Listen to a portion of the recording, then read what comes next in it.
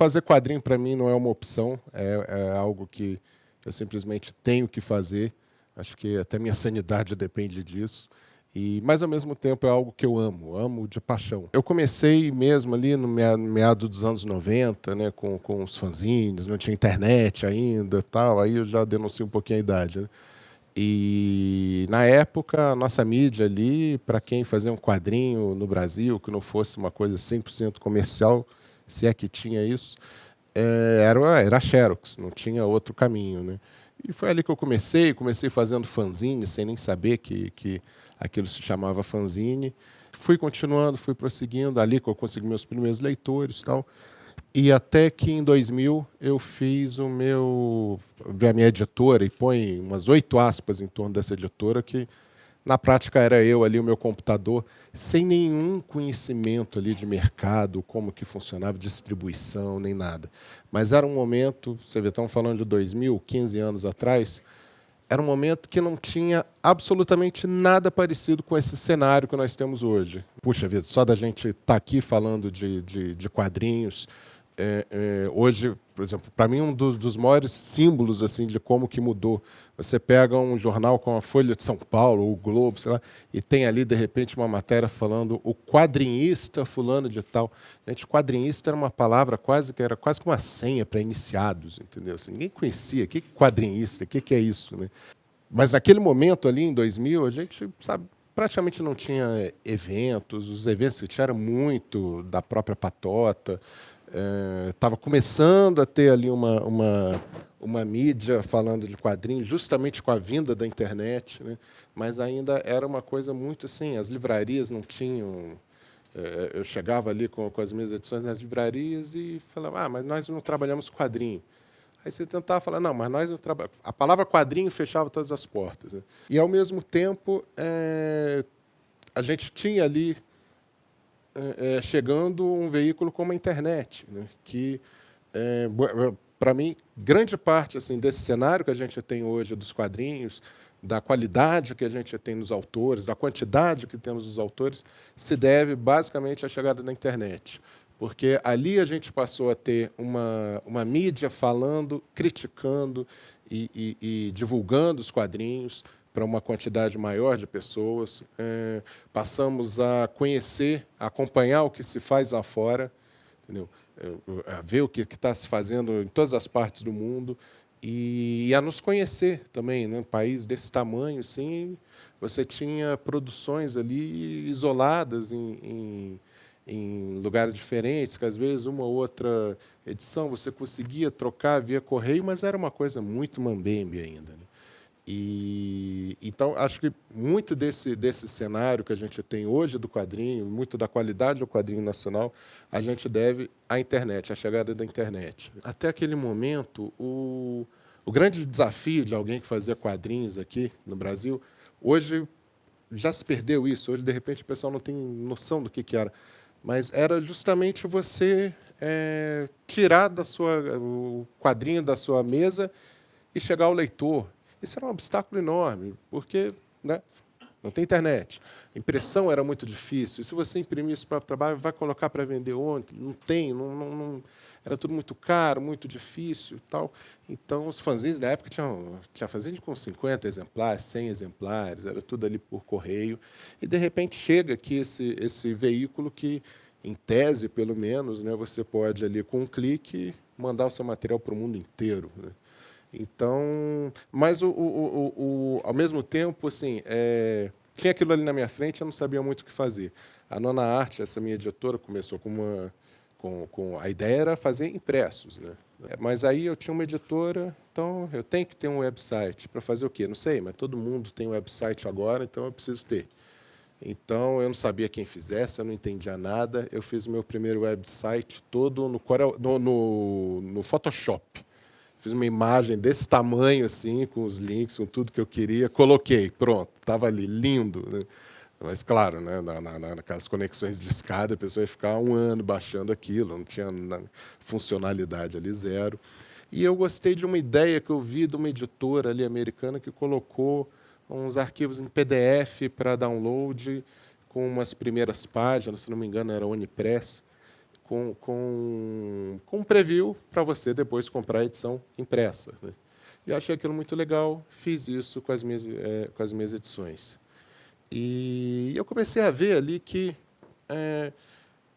o impresso tinha né, um ritmo ali de venda X, e aqueles downloads ali, nossa, todo mundo pegando. Meu trabalho estava sendo mais conhecido ali pelo download, mesmo que fosse trechinhos, do que pelas obras, né? E comecei a ficar atento ali no potencial daquilo.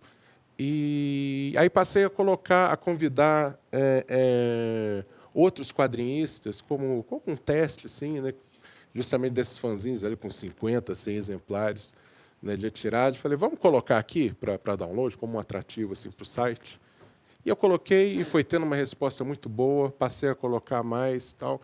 E até que chegou um ponto que eu coloquei as edições que eu tinha para venda, passei a colocá-las integralmente ali para download gratuito. E aí elas passaram a vender mais também, né? Então, e quando eu vi essa minha editora ali, que viabilizou umas 5, 6 edições impressas, né, ao longo de uns 2, 3 anos, num período um pouco maior, tinha 450 edições ali em PDF, né, para download. Claro, eu não ganhava nenhum dinheiro com isso, mas até que isso não era tão ruim, porque com os impressos eu perdia, né? Eu dizia que era o meu trabalho perde-pão na época. Eu tinha ali meu trabalho ganha-pão e parte desse dinheiro ia embora com os meus impressos, né? Mas, assim, foi o meu começo, foi como eu comecei, e teve uma resposta muito boa, tanto o site como algumas edições impressas ganharam prêmios. Né? Foi ali que eu posso dizer, vamos dizer, é muito difícil colocar critério para isso, mas é para dizer o momento que eu passei a ser um quadrinista profissional, vamos lá, seria a partir dali, apesar de, né, não estar ganhando ali, né, não ser, ainda ser o perde-pão, né? E de lá para cá, para mim, o digital na minha vida, assim, eu sou aquele que, se eu faço uma anotaçãozinha ali no papel, eu já fotografo com o celular, sincronizo o Evernote na nuvem, então eu faço backup de papel, né? Olha só. O meu desenho é todo digital, por mais que eu possa fazer no papel algo similar, mas esse lado, a facilidade, as possibilidades do digital sempre me seduzem muito, né? Sou um grande leitor digital, assino revistas, tal. Livros, e anos depois eu retomei agora esse lado do quadrinho digital pelo meu site muzinga.net, né? Comecei ele em 2013, depois teve um período ali que eu tive que dar uma parada, até umas questões de saúde, assim, que eu vou até falar no quadrinho ali também, e ontem retomei aí o site com várias novidades, vários artistas fazendo as histórias junto comigo, né? Então, alguns roteiros meus e fora a Marcela Mannheimer, que já minha esposa, inclusive, que já trabalhava comigo, ela que colore o que for meu a cores, foi ela que coloriu. E agora tem outros desenhistas, assim, o Jefferson Costa, Priui, tem o Tainan Rocha, Antônio Éder, vem mais gente boa aí também, justamente para fazer esse trabalho junto, né? Que é coisa simplesmente fascinante, assim, né? Você imaginar o caminho do impresso, né? Que eu continuo fazendo, tem quase 30 livros publicados, mas às vezes assim são meses até você fechar com a editora, dependendo da editora, pode levar 2 anos para ser publicado, e aí ele vai para a livraria ou não, às vezes é mal distribuído, mas que é um caminho lento, tal, e no digital você terminou hoje, você deu um clique ali, pronto. O pessoal já está lendo, já está comentando. Pô, isso vai colocar para o autor, isso é demais, né? Eu acho que é difícil ignorar isso, né? André, você podia falar um pouquinho do momento da transição do seu desenho do papel para o digital? Teve uma questão comigo que, assim, eu acho que eu não precisei me adaptar ao digital pelo seguinte: até 2008, a maior parte dos meus trabalhos eram roteiros meus em parceria com outros desenhistas, né? E eu sabia contar uma história com desenhos, mas eu acho que o meu desenho não tinha algo assim a dizer. Vamos lá, ele estava ali em função de contar a história. E chegou 2008, eu me coloquei assim a meta de realmente achar. Eu queria não só achar um estilo, mas uma forma mesmo. Qual seria a minha forma de fazer quadrinho? Porque a gente tem ali vamos dizer, uma metodologia ali assim institucionalizada, mas o quadrinho, eu acho que antes de tudo o quadrinho é liberdade, entendeu? Então ele permite tudo. Se você quiser fazer quadrinho com caneta Bic no guardanapo, você faz. E eu acho que às vezes tem muitas regras, muita coisa ali assim que é ensinado e não precisa ser assim. Então eu fui nesse caminho e, e, e eu elegi algumas questões. Assim, primeiro, Essa tela que a gente está vendo é o quê? então, essa aqui é no Photoshop meu, que é meu tudo aí, minha mesa, minha prancheta, meu material de desenho, né? Posso fazer um desenho aqui só para ilustrar um pouquinho assim, até a forma como eu interajo com o digital. E eu elegi duas questões ali bem importantes assim para mim. Primeiro, a minha mão é pesada. Vamos dizer, se eu pego o lápis, se eu vou com uma lapiseira, o grafite quebra toda hora, entendeu? Se eu pego um pincel, é um desastre. Vai ali, assim, tudo ali com força, eu acabo com o pincel. Então, isso era ali um problema, porque eu perseguia ali um estilo de desenho que não funcionava com isso, né? E ao mesmo tempo, o meu olhar ele não tem sutileza. Eu vejo círculo ou quadrado. Eu não sei olhar ali assim, as nuances do rosto de cada um. Sabe aquele retratista ali que vê a pessoa e desenha ela como se ela tivesse envelhecido 5 anos, entendeu? Eu não tenho isso, eu não consigo. Então eu fui em busca de referências ali que eu pudesse, que isso que era um obstáculo pudesse passar a ser a contar a meu favor, né? E aí eu tive dois caminhos assim que, na verdade, eu já poderia ter perseguido antes, porque eram coisas que fascinavam já o meu olhar, que era a xilogravura,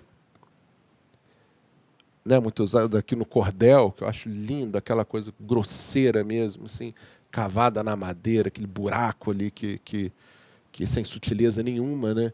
E a arte africana, que para mim foi ali também um caminho maravilhoso para encontrar uma arte gráfica que era exagerada, era caricata, mas não era cômica. Entendeu? E foi a partir dessas duas referências que eu fui puxando o meu estilo. Estava contando um pouquinho antes sobre esses atalhos, Tá. né? Porque Sim, sim. a velocidade, eles ajudam a nossa velocidade. Exatamente. Pois é, para mim, o quadrinho, um dos grandes obstáculos também do quadrinho é a velocidade, a demora que você tem na hora do desenho, né? Isso realmente é um problema. E eu elegi ali também, eu sou devoto do simples, eu adoro resoluções simples, eu adoro a coisa que é feita com simplicidade. E eu busquei essa simplicidade também no sentido de dizer mais com menos elementos e fazer e desenhar de uma forma ali que me consumisse menos tempo, mas que esse menos tempo trouxesse qualidade. E aí, assim, para essa velocidade, o digital, nossa, é maravilhoso, era o caminho, né? Então eu fui numa busca. É uma coisa que o meu trabalho tem muito, tanto na hora de eu escrever como de desenhar. Eu acho que eu junto bem a coisa metódica com o devaneio ali, assim, aquela coisa que eu faço porque alguma coisa me disse que tem que ser assim, né? Então, nesse caso, eu busquei, rasguei tudo ali assim, que eu já ouvi falar sobre como fazer uma página de quadrinhos e recomecei do zero. Eu fui buscando, para mim, o que funciona para mim, né?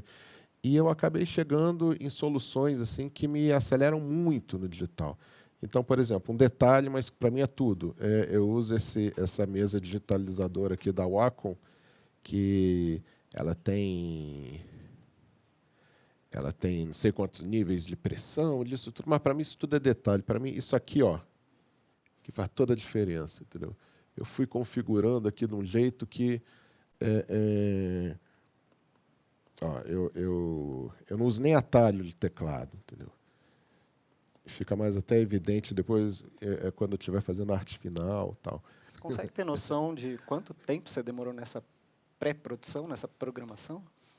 Olha, eu fiquei uns 6 meses ali, assim, reestudando tudo, né? Fazendo e testando. Fazendo e testando, lendo a respeito, entendeu? Mas isso eu estou aprimorando a cada dia, né? Cada dia tem alguma coisinha aqui que eu mudo. Então, para você ver como que mudou. No começo eu tinha muita coisa que eu fazia no papel, escaneava e depois mexia aqui, entendeu? Hoje, para mim, isso não tem o menor sentido. Aqui, inclusive, nem é o mais rápido que eu faço, porque eu hoje já trabalho naquela Cintiq, que você desenha ali direto na tela, que nossa, é uma maravilha mesmo. Mas aqui, do jeito que está, já dá pelo menos para mostrar bem, né? E fui atrás também de soluções visuais que dissessem muito com pouco. Então, por exemplo, uma coisa que eu uso muito assim, no meu quadrinho, nos meus desenhos, são alguns triangulinhos. Assim, ó. Quer dizer, você joga aqui, dá uma ideia da textura da roupa. Se eu jogo aqui, pode parecer já o cabelo no peito dele. Se eu ponho aqui, vira umas imperfeições da barba. Isso foi uma coisa que eu aprendi com o Flávio Colim. Foi com quem eu fiz aprendi na observação, não que ele tenha vindo e me ensinado isso. Mas ele tinha uma coisa genial ali com a pincelada. Flávio Colim, genial, ele já veterano, ele morreu tem mais de 10 anos, com 72 anos de idade, então quer dizer, né? Mas ele, com a pincelada dele, ele tinha uma coisa assim que se ele fizesse, ele faz uma linha aqui do horizonte, dá umas pinceladas aqui, você vê as ondas do mar. Se essas pinceladas são aqui em cima, você vê as nuvens, você vê mesmo, entendeu? Se as mesmas pinceladas são no braço, você vê os pelos no braço. Se essas pinceladas são na roupa, você está vendo ali a textura. Isso eu acho maravilhoso, acho genial isso. É o simples, a beleza do simples, do símbolo. Eu gosto muito muito mais do desenho ali assim que simboliza, que busca a resposta assim do que aquela coisa perfeita, né? Quase uma foto, um retrato. Eu admiro pela técnica, mas não faz a minha cabeça. E você já tinha um interesse em literatura de cordel? Isso veio junto? Isso veio antes? Veio depois? Mas pela parte gráfica. Eu confesso que... As ilustrações. Eu acho que tudo que é imagem tem esse lado rústico, assim, bruto, mas, ao mesmo tempo, harmônico, assim, me agrada. Então, tudo quanto vamos dizer, arte pré-colombiana, maia, inca, isso tudo, arte africana, arte lá da Oceania, isso tudo me fascina muito, né? E a xilogravura, acho até mais ali alguma coisa que eu vi fora do cordel, entendeu? O cordel também, às vezes o cordel, sei lá, acho que dependendo, vai rústico demais ali, assim, né? Tem alguns trabalhos assim que são fantásticos ali dos anos 30 que é muito interessante porque histórias ali visuais todas feitas ali em gravura e são graphic novels, assim, uma coisa que no momento ali que o quadrinho ainda estava se desenvolvendo, ainda era aquele formato ali de tira, a linguagem do quadrinho muito ainda assim embrionária, e de repente tinha gente ali que nem chamava de quadrinho, né? Mas hoje é lançado ali em livros, histórias ali de 100 páginas, assim, todas contadas em imagem, todas na gravura, que é maravilhoso, né? Então, busquei também muito dessa fonte, né? E, claro, isso tudo você, como toda influência, você vai diluindo, né? Não quer dizer que tem trabalhos meus assim que você vai chegar e você vai ver ali assim descaradamente arte africana, proposital, assim, quase que copiando mesmo aquelas estatuetas. E outros não estão tão evidentes, mas está ali, muito forte, né? Às vezes não só na forma que nas figuras em si, mas muitas vezes nas soluções usadas ou na forma de ver, na forma de ousar, né, nas formas, as figuras, né? E você acha que esse estilo que você chegou hoje, né, depois de ter experimentado ao longo do tempo, ele tem influência direta do seu trabalho ter se voltado originalmente como digital? Ou mesmo se fosse no papel, você acha que teria ido por esse caminho? Se fosse no papel, ele iria nesse caminho, mas com outras soluções. As soluções que eu acabei criando aqui são muito são muito fruto do digital, né? Por exemplo, eu chegar a fazer isso aqui, ó, um segundo, né?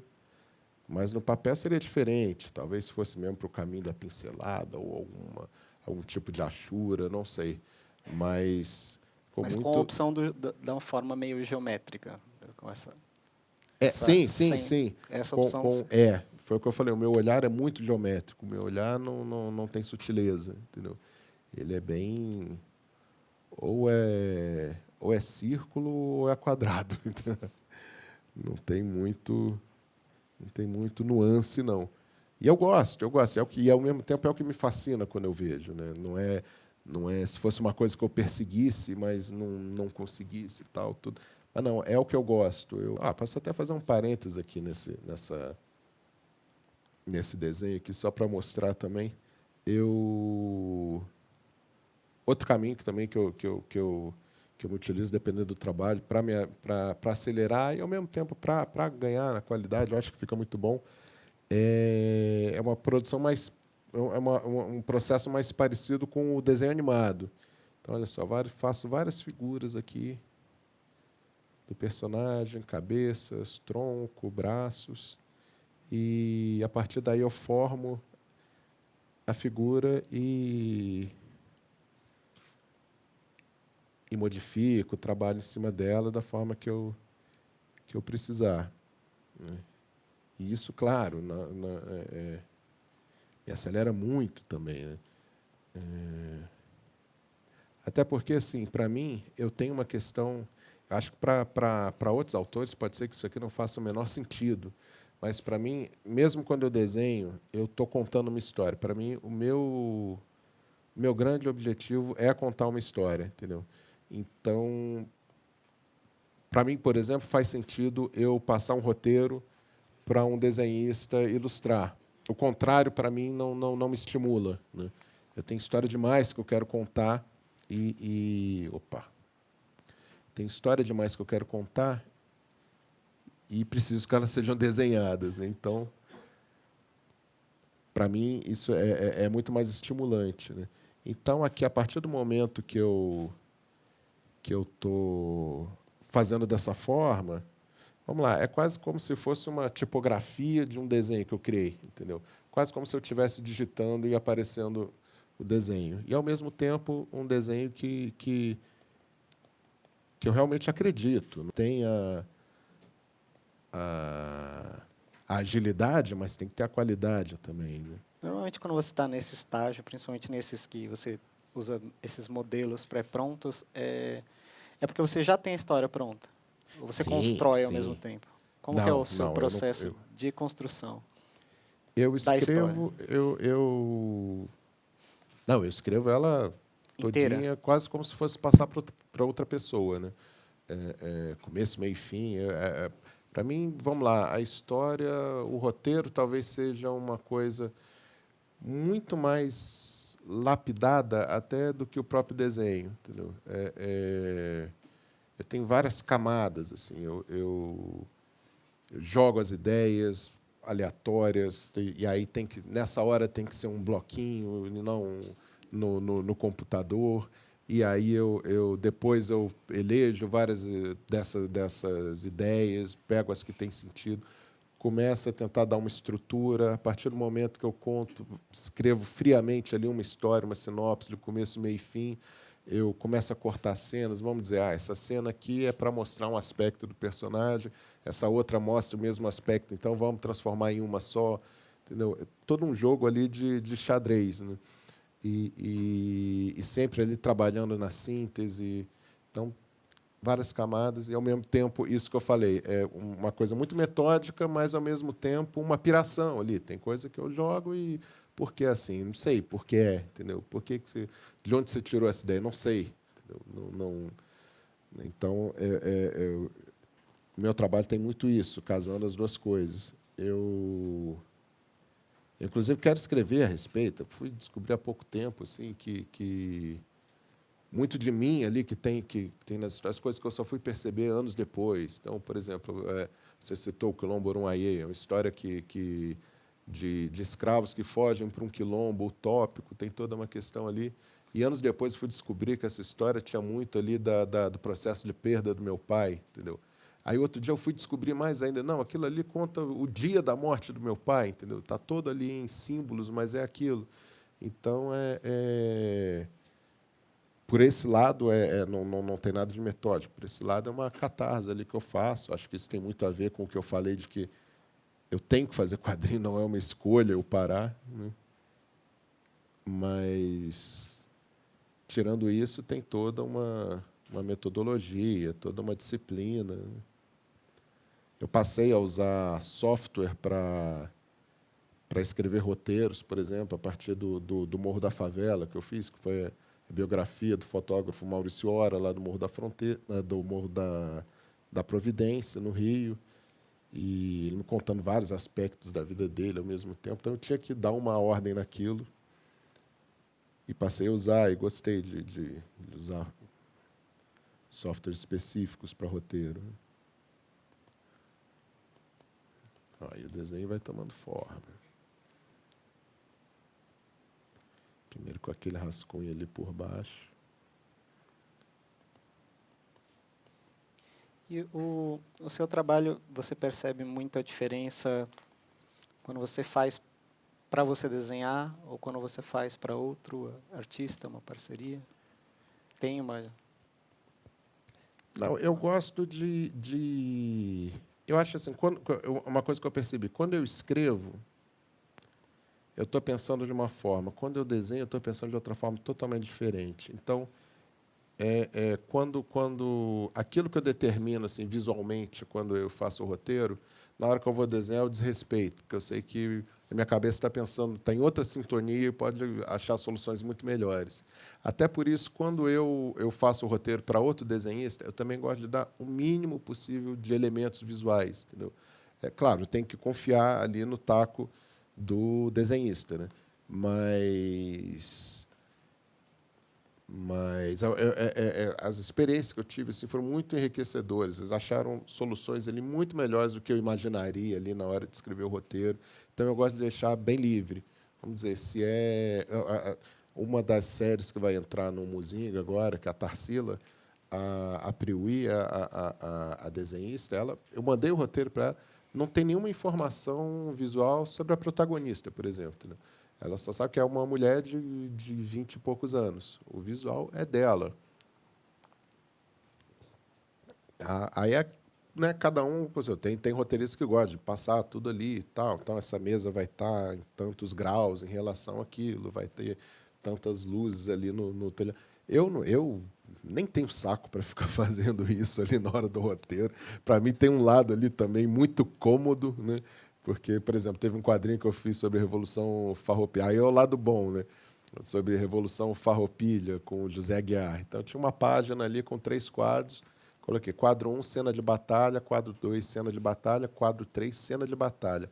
Aí, meu amigo, aí ele que se virar para desenhar cavalo, que é a pior coisa que tem, aquelas patas assim, encher de soldado, e a arma vai estar aqui, um vai estar tirando. Aí é com ele, entendeu? Essa é a parte boa. Também teve muita pesquisa que eu tive que fazer ali no roteiro, que na hora dele desenhar já estava feito, né? Mas tem esse lado bom, né? Ó, cena de batalha, pronto. Ó, filho é teu. E em relação à diferença da sua produção para impresso, agora para digital, principalmente com o Muzinga? Ó, o que está sendo muito legal é que o meu trabalho impresso, ele até então era na maioria feita para o formato livro, né? Então eram histórias, vamos dizer, de 80, 100, 130 páginas com começo, meio e fim. E para o digital eu queria fazer uma coisa totalmente diferente. Queria fazer histórias de personagens, como se fossem séries mesmo, como se fossem títulos, né? Que periodicamente teriam uma nova história e com o desafio de fazer cada história ali curtinha, de 3 ou 4 páginas, que você lesse e você tivesse ali um começo, meio e fim, mas quem acompanhasse fosse, né, tendo uma história maior ao longo do que fosse lendo aquilo tudo. E aí é muito engraçado quando a gente fala de trabalho de criação, que é lindo falar isso na teoria. Na prática, para eu mudar de um formato para o outro, nossa, foi, assim, foi um parto. Eu acho que eu envelheci uns 10 anos ali, uns 6 meses que eu fiquei buscando ali as ideias. Entendeu? Não conseguia fazer de outra coisa. Quem me visse ali, eu estava com cabelo desse tamanho, barba desse tamanho, não conseguia pensar em outra coisa para chegar de um formato para o outro. Né? Mas quando você consegue, nossa, é muito libertador, porque aí abrem 1 bilhão de portas. Né? E eu acho que assim, tem um monte de coisa aqui que eu preciso pôr no papel, né? Forma de dizer, né? Agora no digital. Mas, enfim, que eu preciso concretizar, que eu preciso ali passar para o leitor de alguma forma. E cada nova ferramenta, cada nova forma de linguagem ali que me aparece, abre porta para um monte de ideias novas que, de repente, estavam represadas aqui, não sabia, não achava lugar no formato livro, tal.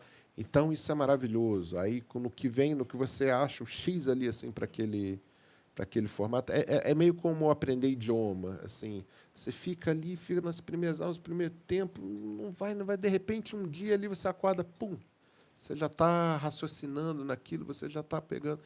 É meio que isso. Achei esse caminho, esse formato, pronto, maravilha. Aí vem 1 bilhão de ideias ali. Assim.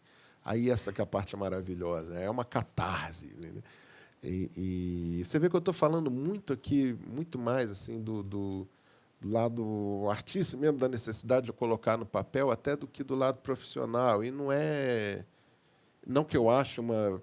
Eu quero achar um caminho profissional para isso aqui, para eu viver disso aqui, para não tem absolutamente pudor nenhum, não vejo nada. Entendeu? Em paralelo, faço trabalhos de roteiro para apresentações corporativas, e adoro isso também, acho legal.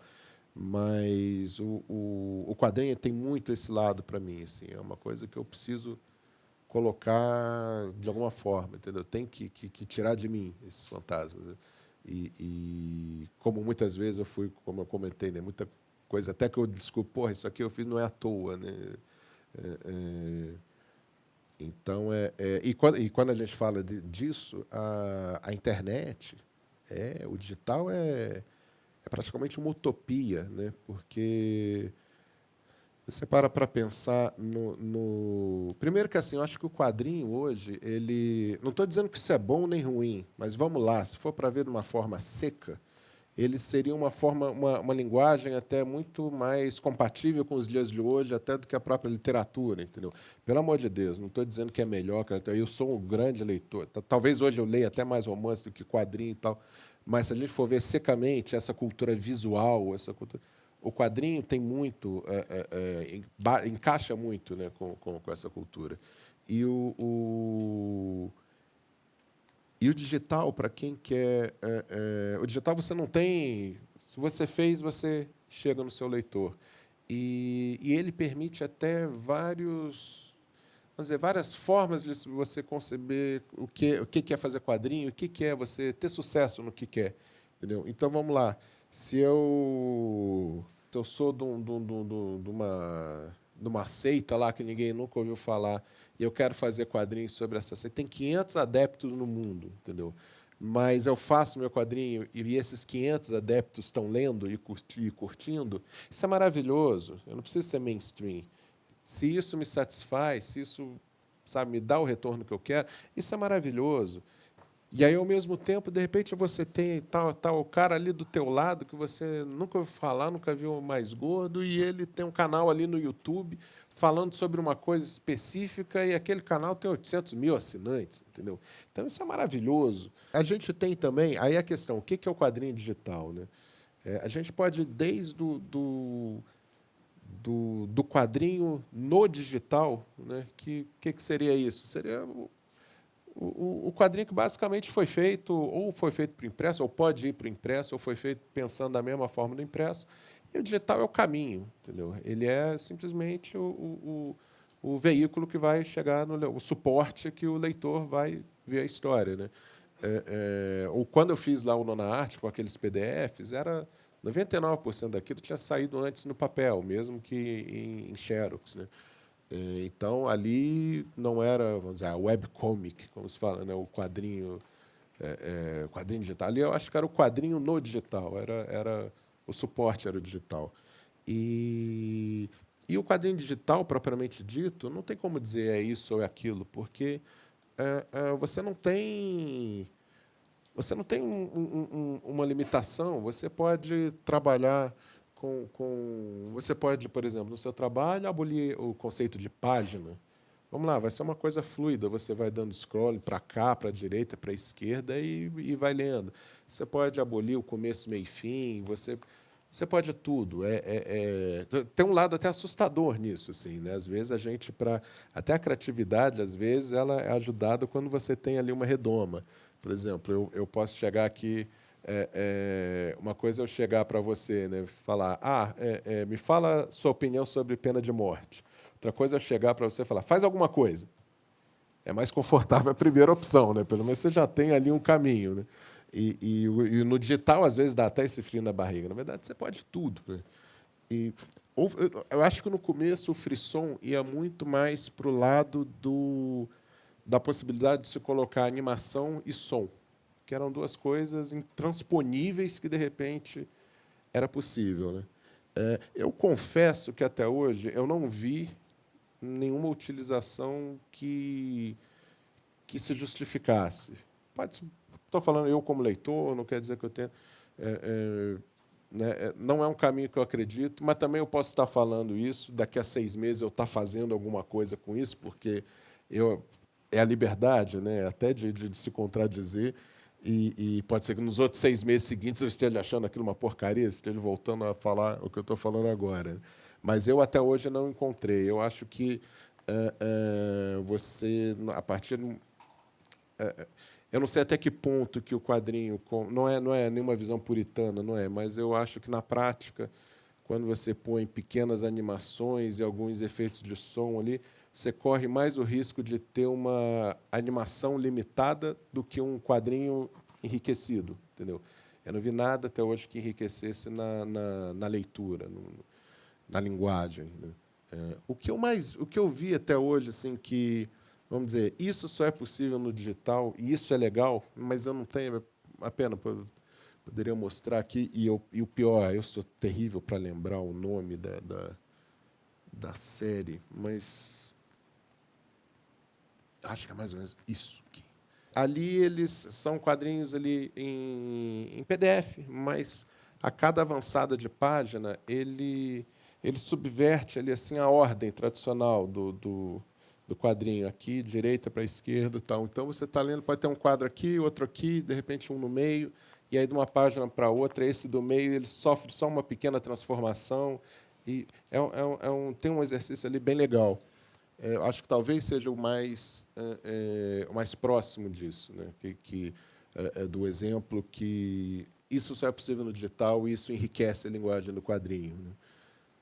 De resto, eu confesso que eu não lembro. Como eu falei, né, ali na Nona Arte, o que eu fazia era muito mais um quadrinho no digital.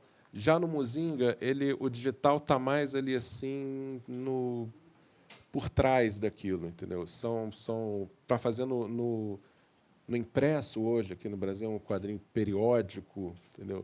E experimentar e no papel é muito difícil, né? Com alcance relativo, assim, é muito difícil hoje no papel, né?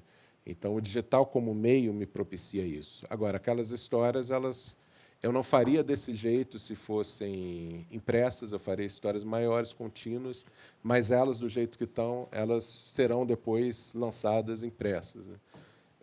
E eu acredito muito nessa troca. Para mim, não é uma questão de digital versus impresso. Eu acho que um alimenta o outro, eu acho que um tem muito a enriquecer o outro. Acho essa troca fantástica, né? E você podia falar um pouquinho no processo do Muzinga, na parte de visual dele mesmo, tem esse lado do site responsivo, né? De que você, dependendo de como você mexe, o quadrinho se posiciona de uma outra forma. Isso interferiu de que forma no momento em que você estava pensando a história? A questão de viradas de página, isso teve um efeito? Você conseguiu visualizar isso antes de acontecer? Ou só descobriu depois? Como que foi? Quando eu fiz ali o Muzinga, cara, foi um período ali bem que eu fui de cabeça ali numa meio obcecado numa proposta ali que eu tinha, né? E eu queria fazer tirar o máximo possível das possibilidades de hoje, né? De você ler tanto no computador, no tablet e no celular, né? E o quadrinho, né? A gente fala de texto, é facílimo, o texto se adapta, né? O quadrinho não, a princípio não, né? Então, que seria esse quadrinho que se adapta, que você lê numa tela grande, que você lê num tablet maior, no tablet de 7 polegadas e num celular, né? Então, eu fui fazendo 1 bilhão de testes ali, até que eu cheguei num formato que os quadrinhos se dividiam, né? Né, o que foi feito até agora, antes dessa reformulação, os quadrinhos todos têm o mesmo tamanho, tirando alguns assim que são maiores, mas eles também se dividem e não perdem o sentido. Então, você tem um tipo de leitura ali na tela, e nas telas menores você vai ler um abaixo do outro, né? Mas eu acabei achando isso muito mais interessante na teoria do que na prática, entendeu?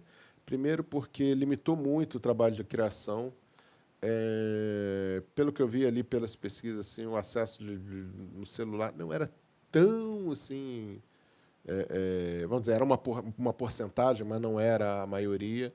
E limitava, e dava muito trabalho de atualizar aquilo. Assim, estava difícil de dar conta, né? Então, agora, nessa nova fase, com os novos desenhistas, ainda tem mais isso. Se eu fosse convidar outros desenhistas ainda para fazer assim, nossa, vá tomar banho. Não. Então, nessa nova fase, vamos lá, se você quiser ler no digital, você põe ali na horizontal, vai dando scroll, dá para ler. Mas não é já tão responsivo assim como era, né? E o perfeito ali é você ler no tablet, né? Que na tela você vai do computador tradicional, vai ler perfeitamente. Seguindo a lógica de uma revista ou de um livro No tradicional. tablet você pega, ele vira uma revista, né? Até porque o site eu procuro fazer da forma que você veja o mínimo possível ali um website, né? Aqui tem um banner anunciando as novidades e aqui você tem as histórias. Até aqui, né? Aqui tem mais histórias ainda. Do começo até... Desde o começo aqui, desenhadas por mim, desenhadas e escritas por mim. E a partir da última atualização, histórias já com os outros desenhistas, né? No caso específico do Sete Vidas, é a transposição de um material que existia para impresso. Sim, para o versão Sete digital. Vidas foi lançado em formato livro, 2009, né, aqui no Brasil. Ano passado saiu em Portugal também. Não tem nada a ver com a novela. Não tem nada a ver com o raio dessa novela aí, que só veio para me atrapalhar, né? E em 2013 eu lancei em formato digital também, em formato e-book, já com as cores da Marcela. Originalmente a história era em preto e branco, né? E é uma história bem meio doida, assim. Eu fiz uma série daquela chamada Regressão para Vidas Passadas, terapia. E a questão que menos importa é se vida passada existe ou não, entendeu? mas a coisa, ele seja o que for, foi um processo muito interessante, casou com algumas coisas ali do meu momento, e eu contei aqui, fiz questão de contar em quadrinho. Né? Então, olha, você clica num quadradinho desse, pronto, você tem aqui uma história para ler. Né? Esse aqui é já com desenho do Tainan Rocha. Você vê, tirando o aspecto de você não está ganhando nada com isso, que é o calcanhar de Aquiles, mas isso, para mim, é de uma beleza, de uma simplicidade. Sabe? Eu fiz a história, fizemos, né, o Tainan desenhou, demos um clique, pronto, o leitor está acessando. Isso, para mim, é de uma beleza, de uma... Né? Eu amo também o livro impresso, eu amo a edição impressa, não é questão de colocar um contra o outro, né? Mas essa simplicidade, nossa, isso aqui para mim é quase que uma filosofia de vida. E temos aqui uma história que no impresso... Essa história ela tem um corte de página, segue a lógica de página? Sim, ela daria 4 páginas impressa. Né? Aqui você lê de uma forma contínua. Né? Já aqui embaixo, vamos ler uma... Da fase anterior. Então, da fase anterior. Vamos pegar essa aqui. Está vendo? Aqui você já tem esses 2 quadros aqui. Se você ler na tela menor, eles se dividem. Você vai ter 2 quadros diferentes e os outros aqui do mesmo tamanho. Mesmo se você reduzir o navegador, acontece também, não acontece? Sim. Bom, verdade. Posso fazer isso aqui. Mostrar o movimento. Na verdade, ele se adequa, né, ao espaço. Olha lá. Ele fica exatamente como seria se lido no celular. Né?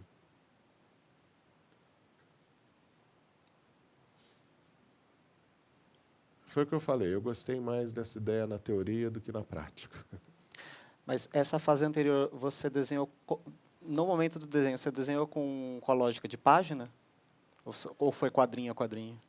Quadrinho a quadrinho, mas de uma forma, uma quantidade de quadros que eu posso reorganizar em páginas. Entendeu? Você falou de que prefere não usar aquelas pequenas animações, né, nem um som aqui, outro ali. E movimentação de balões, é uma coisa que te interessa?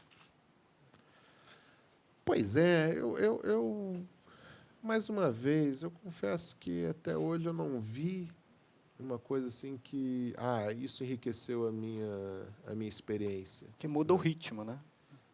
Eu acho que você dita o ritmo, e aí eu acho que isso não fica legal. Eu acho que quanto mais...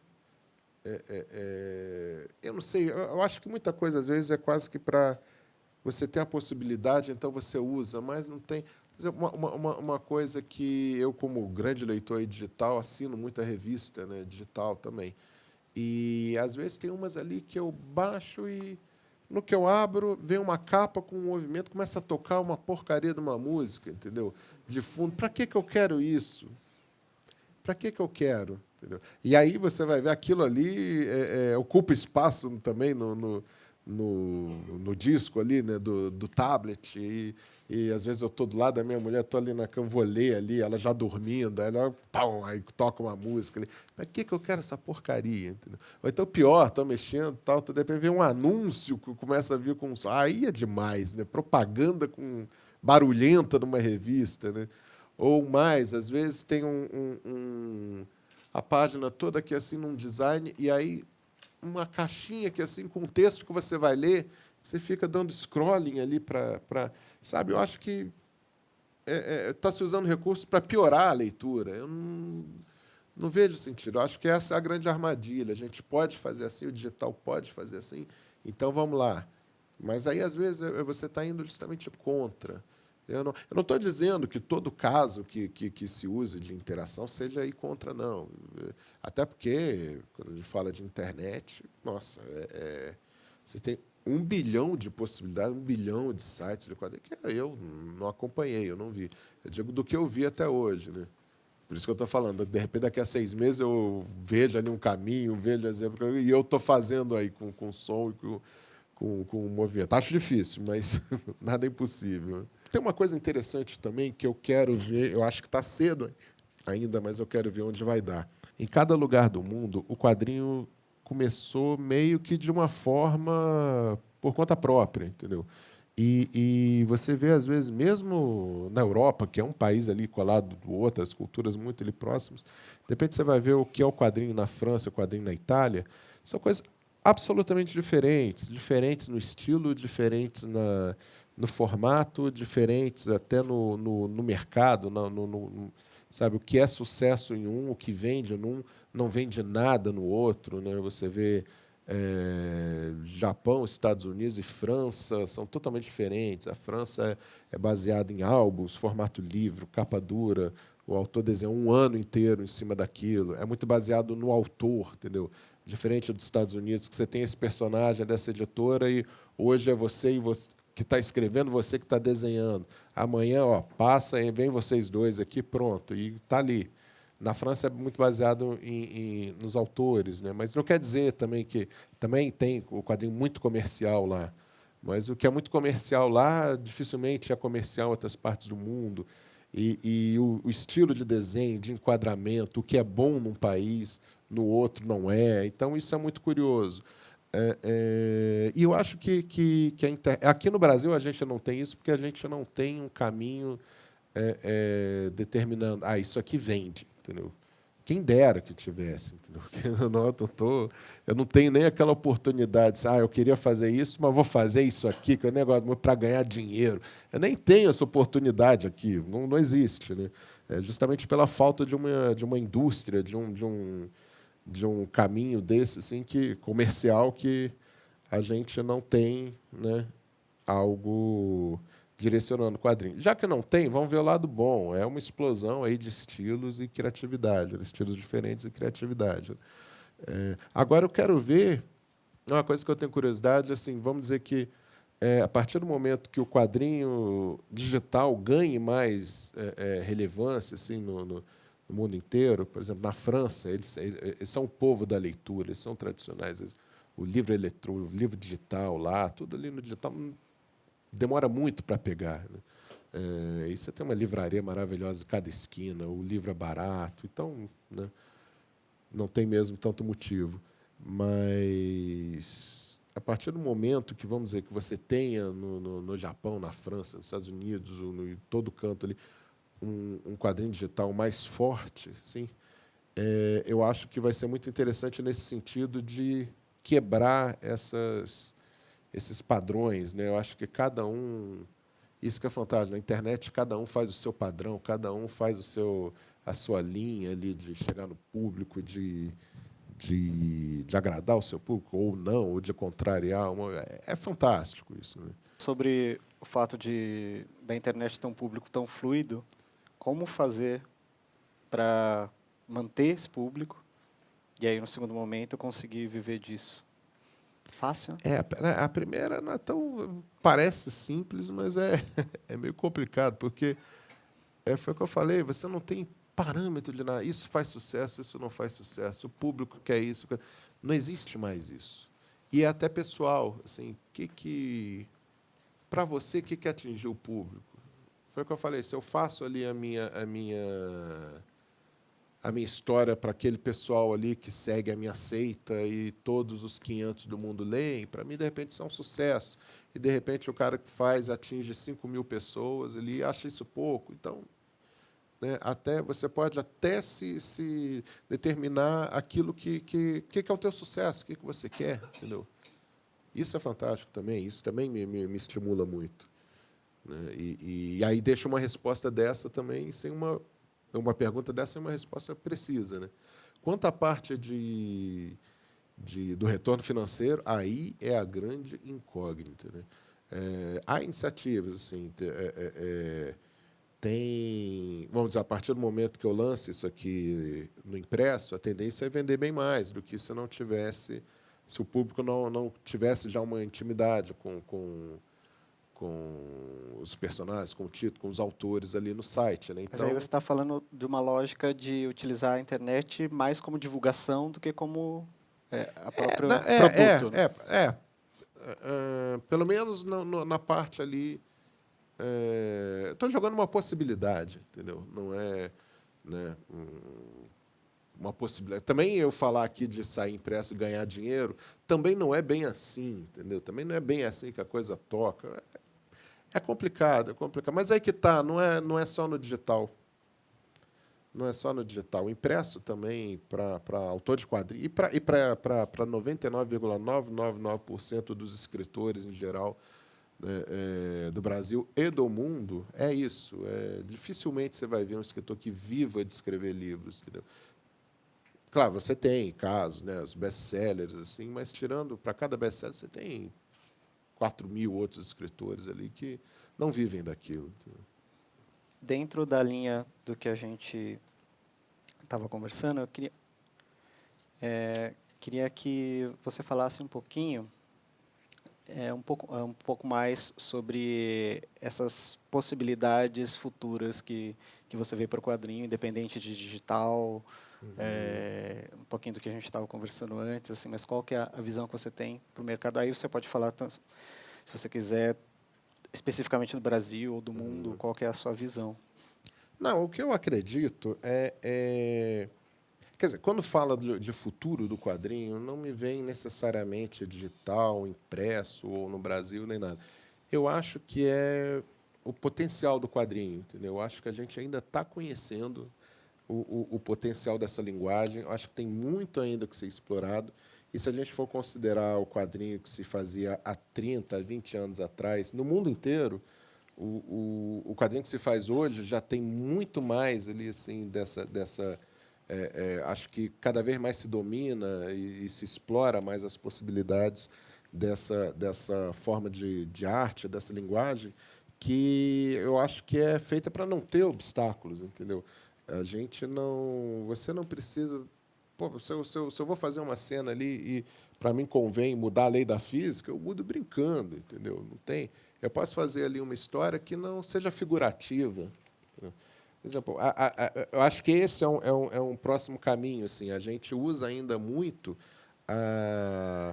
o desenho para mostrar o que está acontecendo, entendeu?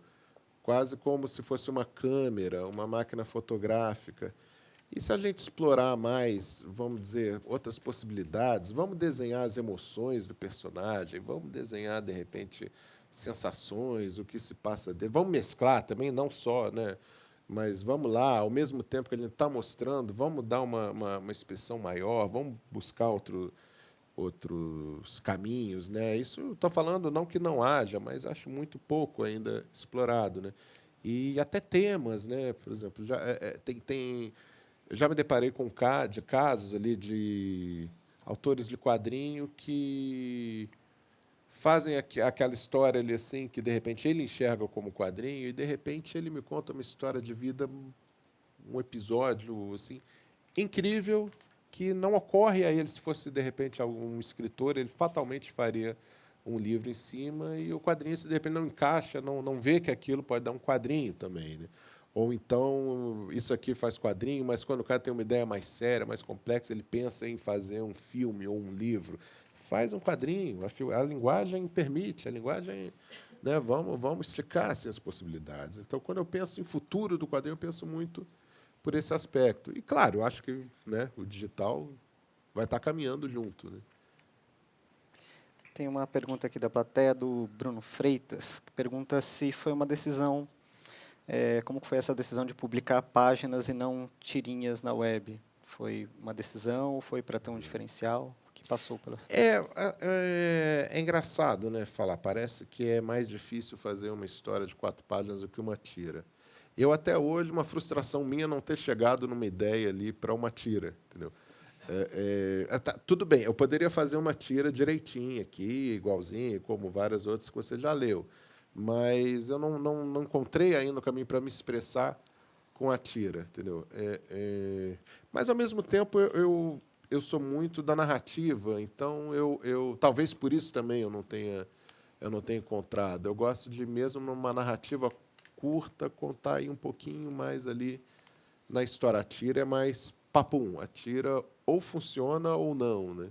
E na história, na narrativa, de repente você tem um pouco mais de nuances, entendeu? Você pode não gostar do final, mas gostou daquele trecho ali, gostou, né? É, é, Então, acaba que a minha cabeça pensa mais nesse sentido. Agora, eu posso fazer o meu processo que eu falei de fazer histórias de 100 páginas, né, para isso aqui. Eu posso tirar mais um período, aí, envelhecer mais uns 10 anos em 6 meses, buscando ali o meu caminho para me expressar em tiras também. Né? É uma vontade minha, mas tem que achar ali o momento. Bom, tem uma outra pergunta aqui, uma pessoa que não se identificou, perguntando como que como que é mantido o muzinga.net, e se você pensa em alguma forma de monetizar o site. Estou aberto a ideias. O que eu não quero é chegar e colocar aqui, encher de banner, entendeu? Para ganhar R$ 500 no final do mês, entendeu? Porque, sabe, eu acho que mataria aqui assim, a experiência da leitura vamos lá, e fica ali link, coisa piscando, tal, aí vai ver no final o que você ganha. R$ 500 por mês, estou sendo até otimista, né? Às vezes ou é um site mesmo ali com uma visitação robusta, né? Ou aquilo ali vai te dar um trocadinho ali, mas eu acho que não vale a pena. Se eu fosse pensar em trocadinho, não tinha, era mais fácil economizar os meus trocadinhos e não fazer isso aqui. Né?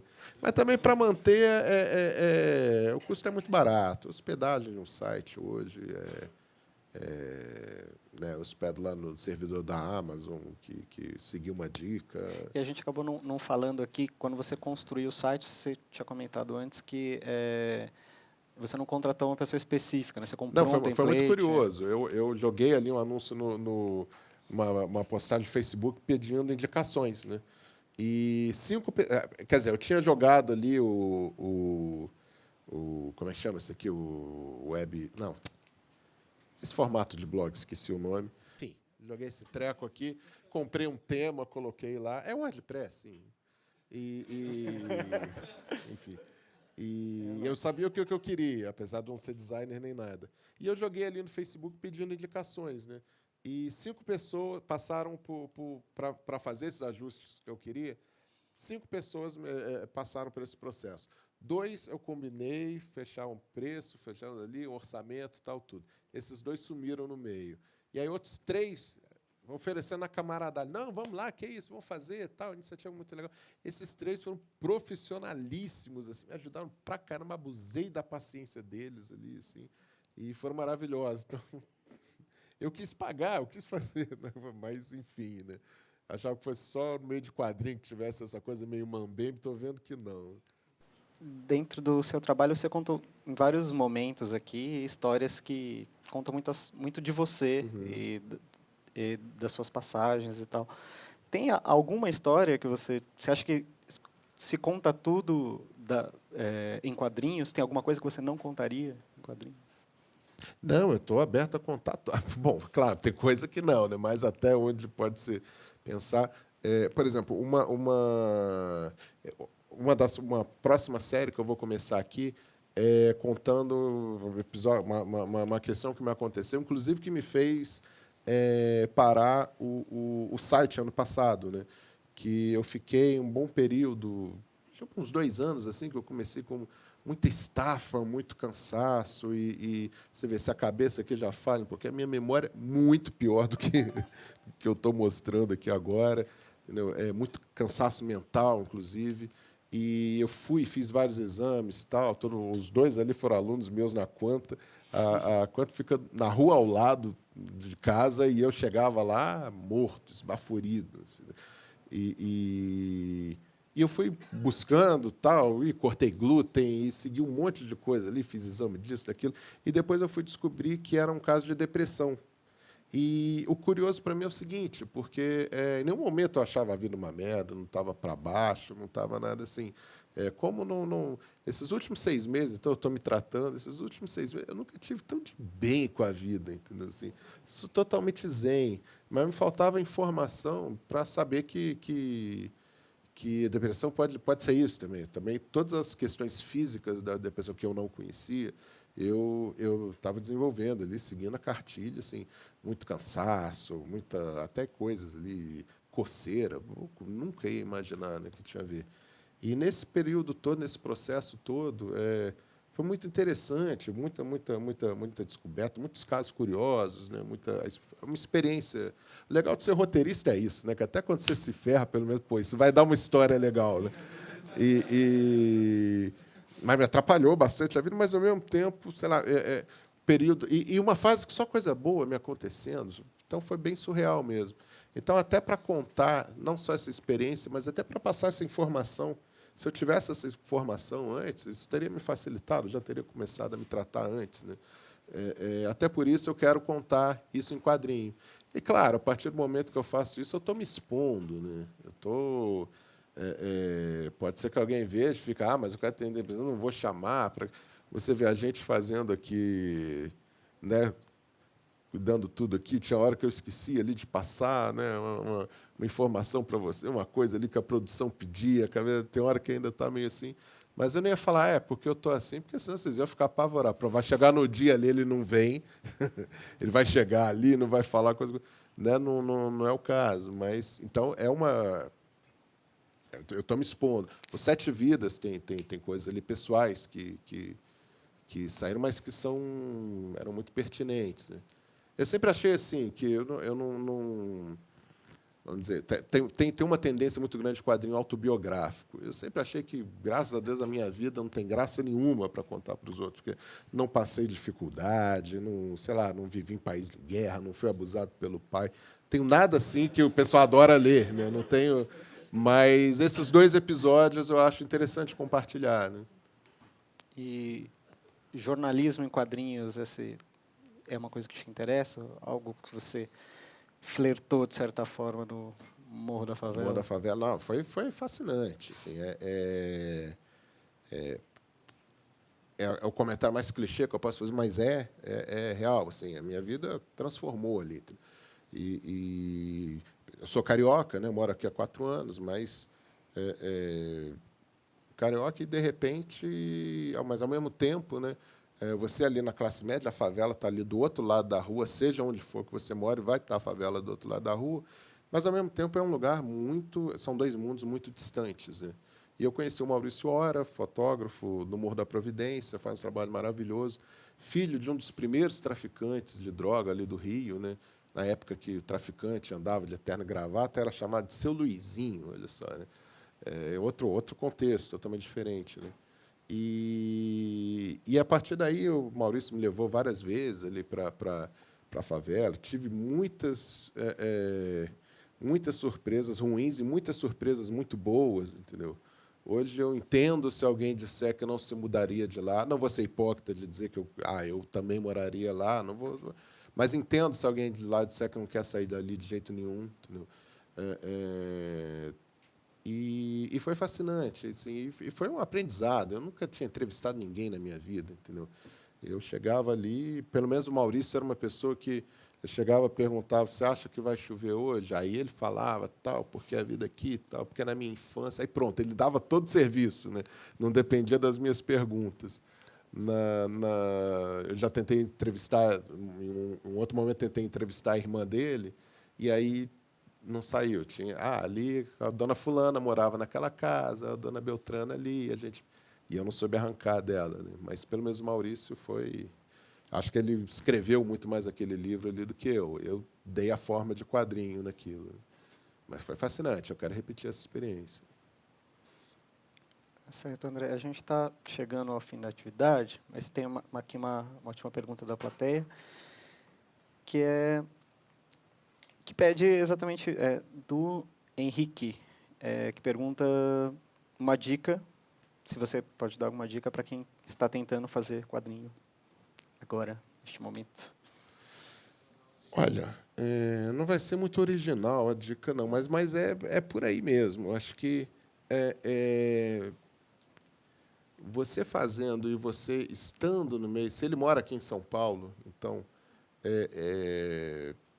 aqui você não tem desculpa. Aqui está sempre tendo alguma coisa, um evento, um lançamento, alguma coisa assim. E só de você estar com as pessoas, tem cursos, né? Só de você estar e conhecer as pessoas e ver a coisa acontecendo, isso já ajuda muito. E, acima de tudo, é fazer e dar cara, entendeu? não se preocupa se, mas meu trabalho não está bom, porque nunca vai estar. Por exemplo, o que eu faço hoje, que eu estou mostrando aqui, cheio de orgulho, daqui a 2 anos eu vou olhar e, puta, troço horroroso. Entendeu? E tem que ser assim. Se daqui a 2 anos eu olhar e achar lindo, tem alguma coisa de errado, sinal que não evoluir e tal. Então, cara, faça, dê a cara a tapa, esteja aberto ao que os outros vão dizer, mas sempre ali assim ponderando, entendeu?